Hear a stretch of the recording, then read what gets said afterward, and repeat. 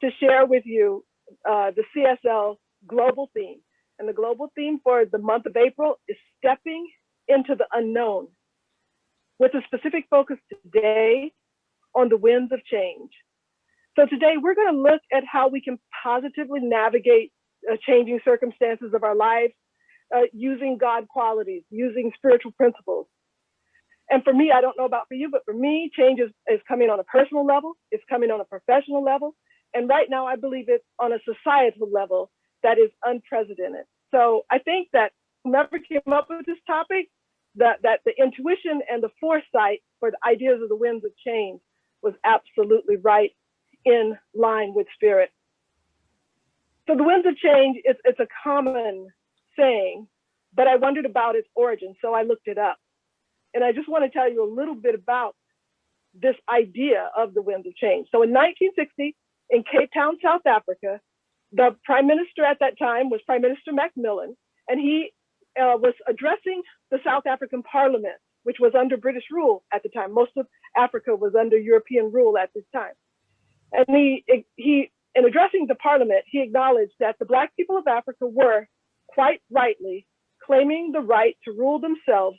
And he suggested that it was the responsibility of the British government to promote the creation of societies in which the rights of all individuals were upheld.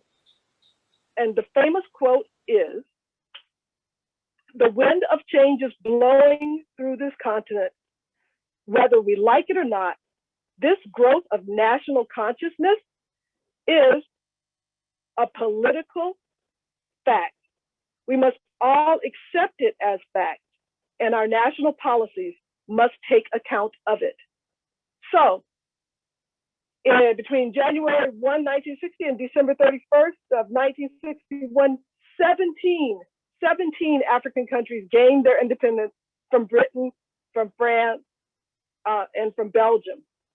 The political structure of the world was forever changed. And I believe that's due to a growth in consciousness, due to a shift in what Ernest Holmes calls race consciousness. And race consciousness has nothing to do with culture or the color of your skin. Race consciousness is referring to the collective patterns and beliefs that we hold as a human race. In the 1960s, I think we can agree that the consciousness of the human race was expanding and moving forward. And right now, I believe we are on the precipice of another space where we can redraw the lines. We can redraw our lines of political lines, of economic lines, of how we're going to interact in society. That 1 year that COVID lockdown has given us an opportunity to hit the reset button. And we literally get to figure out how we're going to re-enter into the world. And we have an opportunity to recreate the world as we know it. So the spiritual principle, the main spiritual principle that I'm working with today, is that the very nature of the universe is to change and to expand. And it is the nature of our lives to change, to expand, to grow. So whether that's a fast sweeping change or a slow gradual change, change is at the very core of the essence of our nature, and it is to be embraced. And I believe that we can hold on to the knowledge that there's an energy back of all, an energy for good, that is eternal. It is forever expanding. And most importantly, it is moving in the direction of our good. So whether we feel like we're standing on shifting ground in our society or even in our life, we can hold on to the knowledge that we are surrounded by the energy of divine love. And that divine love is a force for good. I really like the way Ernest Holmes talked about change in his book, The Practical Application of the Science of Mind. And I'm going to read what it says. Ernest Holmes said, "Our life experiences very well may be likened unto a river. If we stand on the banks of a river and watch it flow by, we become aware of the fact that the river never changes, but that its content is always new. And by analogy, we might say that the purposeful, dynamic quality of life within us never changes, but the content of our experience of living never remains the same." So Ernest Holmes acknowledged both the divine nature and our human nature of moving and changing and growing. But the content is always changing. I mean, our very nature. We are born, we grow into childhood, we move into teenagehood, we become adults, and we move from young adults to middle age to older age and to what I'll call eternal life. And that there is an eternal force for good, that the very nature of this eternal substance is to expand, to grow, to change. And this eternal substance gets its expression through us and as us. So in each moment, its expression can be new, and it is eternal, and it is forever changing. And for me, that's the good news. That is the good news. That is the beauty of life. That is the hope of life. That is what makes life worth living. It is the promise of change. So if you believe that you are having life and your life is good, then your life can get better. And if what you may judge as something that's not good, you can know that life is unfolding towards your greater good. I'm going to go back to Ernest and the same book, The Practical Application of Science of Mind. He says, there are going to be changes in our lives from hour to hour, day to day. We cannot escape them. It's the nature of the universe. So let us accept change, make the most of it, and capitalize on it. The action of the law never changes, but the direction of the action is always up to us. Ernest Holmes says that life can be a glorious adventure, increasingly filled with more of every good thing as we gradually or suddenly come to change our pattern of thinking so that it embraces all good things. So we're going to change our pattern of thinking so that it embraces all good things. That's the very first way that we can navigate what I call the winds of change pretty successfully. And I don't know about you all right now, but for me, it's taking some effort to change my pattern of thinking to embrace all good things. It's been a little difficult. There's this overarching trial in Minneapolis with intense racial overtones. And in my own life, there's a move. Our job location is moving from one space to another. And then there's changes that are in the family. There are patterns of relationships that are changing. As my mother and her husband age, we're trying to renegotiate our relationships. And all of these things can feel overwhelming. They can feel scary. They can feel like the winds of change are just blowing my life around. And that it's all coming from some outside force. It looks like this change is being driven from the outside. It looks like that I'm just sort of a victim of these conditions and circumstances. Sometimes it feels like that. That is not the truth of the matter, but sometimes it feels like that. So when you're going through change, do you sometimes feel overwhelmed? Do you feel afraid, confused? Are you ready to go back out in the world? Have you thought about what that might look like for you? As metaphysicians, that's all of us, we are taught that we can influence the direction of the action. So whatever that action may be, the New Thought philosophy encourages us to focus on the world that we want, not the one that we see. To remember that there is an energy, there's a powerful good behind everything. To embrace all good things, one power and one presence working for the good of all of us. Now, when I'm in the middle of change, it's hard to remember that. It's hard to remember to embrace the good. So one major change in my life, I'll just talk about very briefly. It's that shift in relationship with my mother. My mother and her husband are in their mid-80s. And although there's been a change in our relationship over the years, suddenly it feels like it's been a change that's come very quick due to several health crises and other situations. So what I'm doing, I'm rushing into a situation that I see before me.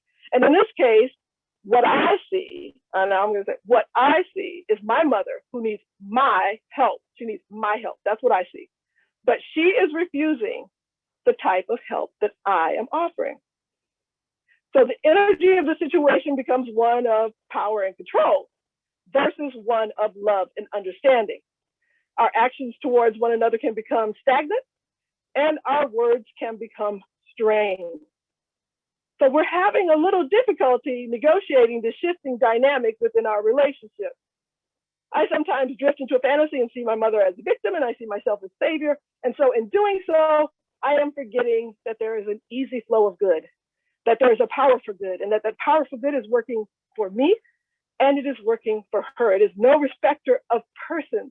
And when you bring yourself back into alignment with that power of good, that allows you to release these roles of victim and savior, to take a break from this pattern and to then successfully renegotiate that relationship. So how do I do that? What is something that I do actually to help me renegotiate that relationship? I have to put myself in timeout. I put myself in timeout.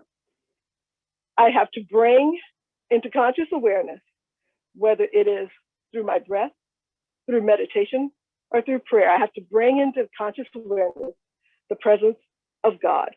I have to slow down to acknowledge the life force and the energy flow that's all around. And in doing that, in taking that breath, in taking that moment, I'm learning to practice compassion. I'm learning to practice patience. I'm learning to practice humility. And above all, I'm learning and practicing acceptance. It's acceptance of the situation, acceptance of the loss of the person that I know, acceptance of all of the different types of changes. So I can sail smoothly on these winds of change when I consciously recall and when I embody these God qualities of patience, humility, and acceptance. And to align with spirit is a daily practice and a daily reminder. So I don't know if there are relationships in your life where there's stagnation. I don't know if there's relationships in your life where there might be issues of power, control, or really the fear of losing the person. That's the driving force. I don't know if those relationships are there versus relationships that focus and embrace change through love and acceptance. So I offer you to think about the relationships that might be changing in your life, that might be shifting. Where do you need to navigate change? Identify for yourself the spiritual qualities that you need to embrace. And when you change, when you embrace those spiritual qualities, your relationships change. And instead of uneasiness, stagnation, or some energy dynamic, what you have is peace. And it signifies personal growth. It signifies spiritual growth. And it can be scary and it can be messy. But I encourage you to continue to practice, to learn those lessons, because it is worth it to get to and through the change. So we can embrace all good things, vision the relationship the way we'd like it to be, go into prayer and meditation. And the key is to seek the good, to seek the good. And this makes navigating the change a little bit less stressful. Now, I want to share with you a story about change. And it's a story that you may have heard of before, but I want you to listen to this story in the context of change. Now, this is a story of a father and a daughter. So once upon a time, there was this daughter who complained to her father that her life was miserable. She didn't know how she was going to make it. She was so tired of fighting and struggling all the time. It seemed just, when she solved one problem, another problem arose. So she took all of this to her father. Her father was a chef. He said, you know what? Come with me into the kitchen. He filled 3 pots of water. He filled 3 pots with water and put the fire on high. And once those pots began to heat up, he placed potatoes in one pot, eggs in a second pot, and coffee grounds in the third pot. He let each pot sit until they boiled without saying a word to his daughter. The daughter was moaning and groaning as she waited impatiently, wondering what the heck was he doing. About 30 or so minutes went by, he took the potatoes out of the pot and he placed them in one bowl. He pulled the eggs out of their pot and he put them in a different bowl. And then he took a ladle and scooped out some coffee and placed it in a cup. Turning to his daughter, he said, "What do you see?" And she said, "Duh, potatoes, eggs, and coffee," with a shrug. "Look closer," her father insisted. So the daughter touched the potatoes, and she noticed that the tough potatoes became soft. She turned to the eggs. The father asked her to take an egg and break it. So after pulling off the shell, the daughter really looked at that hard-boiled egg, and she noticed that something that was once fragile had become strong. And finally, the father said, "Take a sip of the coffee." So the daughter lifted the cup up to her lips, and its rich aroma brought a smile to her face. And she said, "Father, what does all of this mean?" And he explained that the potatoes, the eggs, and the coffee beans, they had each faced the same adversity. They had each faced the same change, boiling water. However, each reacted differently. The potato went in strong, came out soft and weak.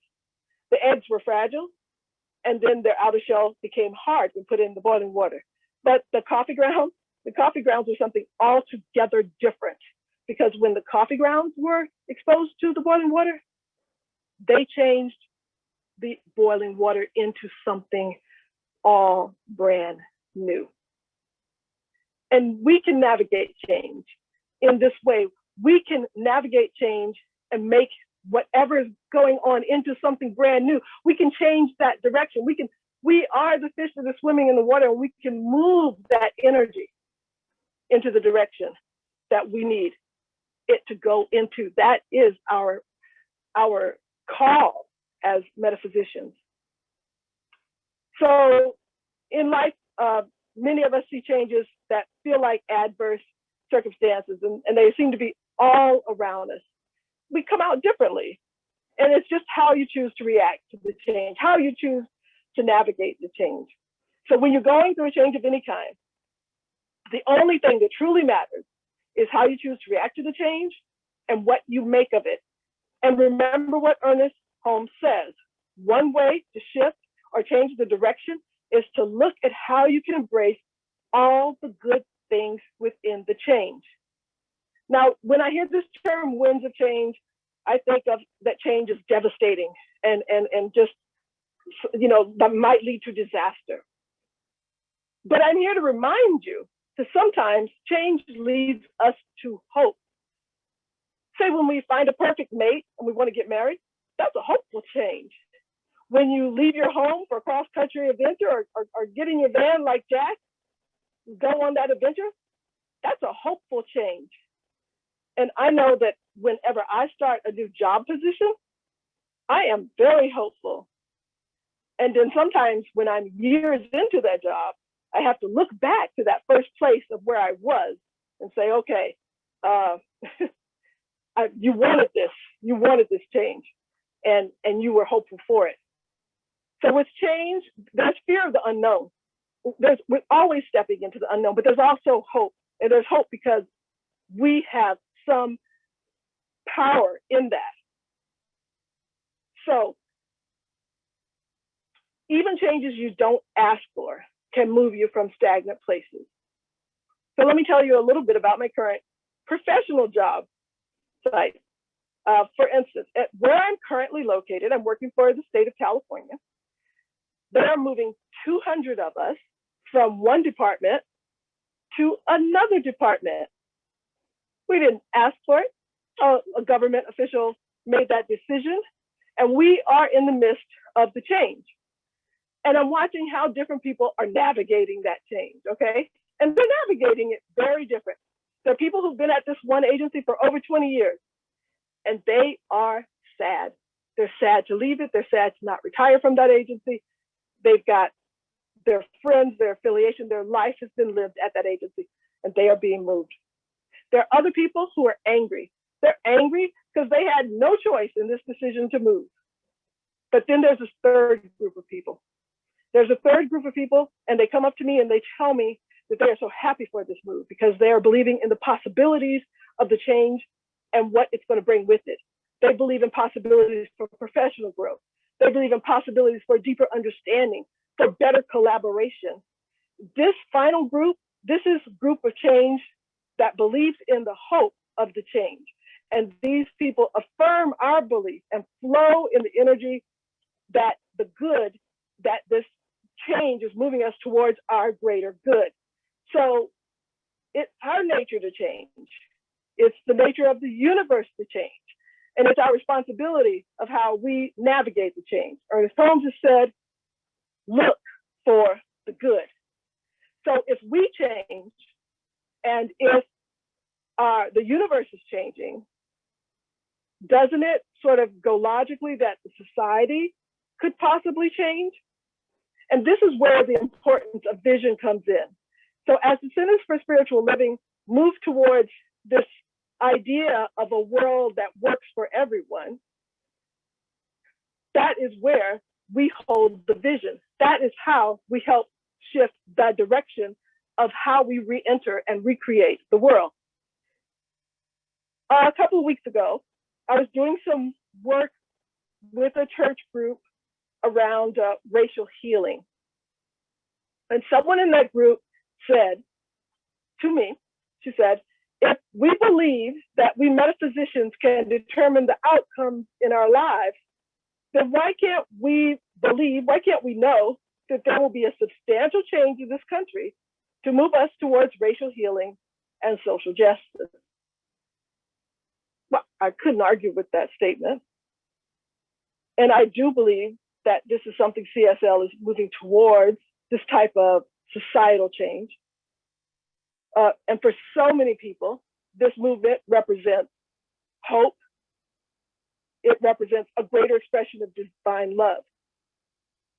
But we're stepping into the unknown. We do not know what these changes look like. We do not know what it looks like to a world that works for everyone. But we can hold the feeling. We can hold the vision. And in 1963, African countries were gaining their independence from Europe. They were asserting their right to self-govern. And in that same year, African-American singer Sam Cooke proclaimed to the United States, a change is gonna come. And I propose to you that the winds of change did sweep across the United States, and it was not pretty. America's shadow side came into the spotlight, just like it has in this past year. However, seeing and acknowledging the shadow side is how we get through the pain. It is how we get to the healing. It is the way we get to the world that works for everyone. It's when we acknowledge the hurt, the pain, and the injustice that people feel on all sides. So in a design for new living, Ernest Holmes said that we are living in a world of continual change, a world which thought, thing, and experience are in a constant state of flux. It is the very nature of the universe that there should be continual change and variation, because this is a living world, the creation of a living, creative intelligence. This is not a static world created by a God that's dead or who has departed and left this world to decay. No, our world is alive and vital. And the mind that created it is not apart from it, but is always active through it. So that's the good news. The good news is that mind, universal mind, is a part of our mind. It is my mind. It is your mind. And it is our challenge to embrace the good things as we move through this change, knowing that we can direct the law with divine love, with divine love flowing in us, as us, and through us. Know that you are sustained at every moment by divine love. And in the midst of a sweeping change, there is a force for good that is working in your life.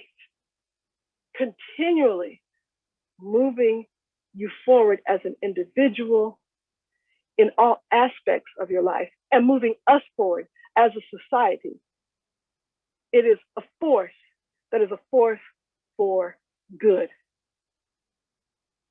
So as you stand in the winds of change, I want you to do like Reverend Topper said, and he said, live in peace, work in joy, relax in beauty.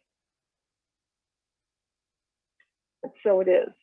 And let's take this message into prayer.